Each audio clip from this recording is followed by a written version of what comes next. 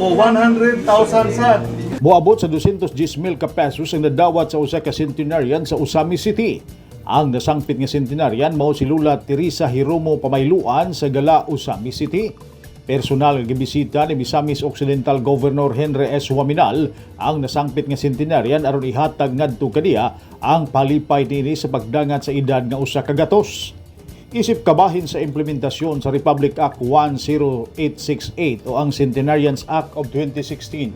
Ang Department of Social Welfare and Development DSWD Region 10 nihatag og 100,000 pesos nga regalo ngadto ni Pamayluan. Nasairan nga si Pamayluan nagsaulog sa iyang ikaso kagatos nga natawhan niadtong Abril 10.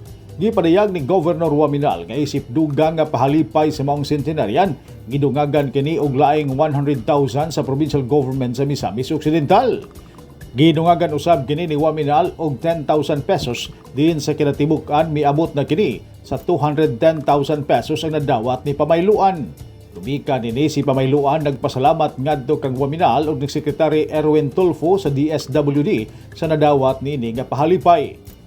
Nasairan nga ilalom sa Centenarians Act nga gawa sa kas nga pahalipay sa mga Pilipino nga makaabot sa panuigon nga usa ka gatos, pasidunggan usab sila pinaagi sa letter of felicitation gikan sa Pangulo sa Pilipinas.